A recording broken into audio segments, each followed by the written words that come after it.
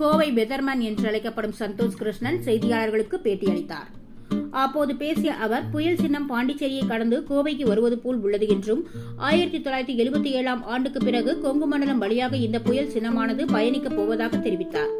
இதன் மூலம் கொங்கு பகுதிகளில் கனமழையை எதிர்பார்க்கலாம். குறிப்பாக கோவை, திருப்பூர், ஈரோடு, நீலகிரி, நாமக்கல், சேலம், கரூர் ஆகிய பகுதிகளில் மிக கனமழை பெய்வதற்கு வாய்ப்புகள் உள்ளது என தெரிவித்தார். 15 சென்டிமீட்டரில் இருந்து 25 சென்டிமீட்டர் வரை மழையை எதிர்பார்க்கலாம் என்றார். பொதுவாகவே கொங்கு மண்டலத்தின் வழியாக புயல்கள் பயணிக்காது என தெரிவித்த அவர், இது மிகவும் அரிதான நிகழ்வு என கூறினார். குறிப்பாக நீலகிரி பகுதிகளில் அதீத கனமழை இருக்கும். 30 முதல் 40 சென்டிமீட்டர் வரையிலான மழையை கூட எதிர்பார்க்கலாம் என கூறினார். மேலும் நீலகிரியில் வெள்ளம், நிலச்சரிவு ஆகியவற்றை எதிர்பார்க்கலாம் எனவும், டிசம்பர் 1ஆம் தேதி முதல் 3ஆம் தேதி வரை நீலகிரி செல்வதை தவிர்க்குமாறு கேட்டுக் கொண்டார். மேலும் கோவை மாவட்டத்தில் தாழ்வான பகுதிகளில் வெள்ளம் வருவதற்கு வாய்ப்புகள் உள்ளதாகவும், ஆனால் சென்னை அளவிற்கு வெள்ளம் வருவதற்கு வாய்ப்பு இல்லை என தெரிவித்தார். மேலும் கரையோர மக்கள் பாதுகாப்பாக இருக்குமாறு கேட்டுக் கொண்டார். வானிலை ஆய்வு மையம் இந்த பகுதிக்கு புயல் வருவதற்கு வாய்ப்பில்லை என்று கூறியிருப்பது குறித்தான கேள்விக்கு பதிலளித்த அவர், வானிலை ஆய்வு மையம் எப்பொழுதும் கடலோர பகுதிகளுக்கு தான் முதல் எச்சரிக்கை விடுவார்கள். கடலோர மாவட்டங்களில் அதிக கனமழை இருக்கும் பட்சத்தில் கோவைக்கு வரும்பொழுது சற்று குறைந்துவிடும் என தெரிவித்தார். இங்கு காற்றழுத்த தாழ்வு மண்டலமாகத்தான் அந்த புயலானது வரும் 30 முதல் 50 கிலோமீட்டர் வேகத்தில் காற்று வீசுவதற்கு வாய்ப்புகள் உள்ளதாக தெரிவித்தார். புவி வெப்பமயமாதல் ஆகியவை இந்த புயலில் வலுவை அதிகரிப்பதாக கூறினார்.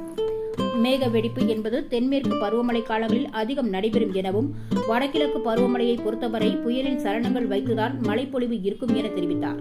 தற்பொழுது உள்ள சூழலை பொறுத்தவரை காலையில் இருந்து தொடர்ச்சியாக மழை இருக்கலாம் எனவும், 48 மணி நேரத்தில் சுமார் 20 சென்டிமீட்டர் மழை பெய்யலாம் என்று எதிர்பார்க்கப்படுவதாக தெரிவித்தார். கண்டினியூஸாக உங்களுக்கு ரெயின்ஸ் இருக்கும்பொழுது நம்ம நொய்யல்லையும் தண்ணி வரதுக்கு பாசிபிலிட்டிஸ் இருக்குது.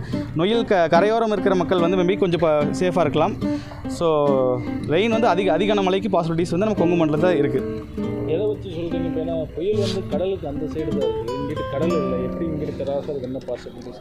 வானிலை ஆய்வு மையம் அந்த சைடு தான் கடந்து போகும், இங்கிட்டு வர மாதிரி எதுவும் சொல்லலை. இப்போ வானிலை ஆய்வு மையம் பார்த்தீங்கன்னா, இப்போ ஃபஸ்ட்டு ப்ரையாரிட்டி நம்ம கோஸ்டல், அது கடலோர பகுதிகளுக்கு தான் கொடுப்பாங்க.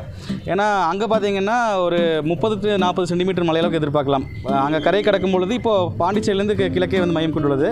ஸோ அங்கே கரை கடக்கும் பொழுது உங்களுக்கு அங்கே தான் உள்ளதுலேயே ஹெவி ரெயின்ஸ் இருக்கும்.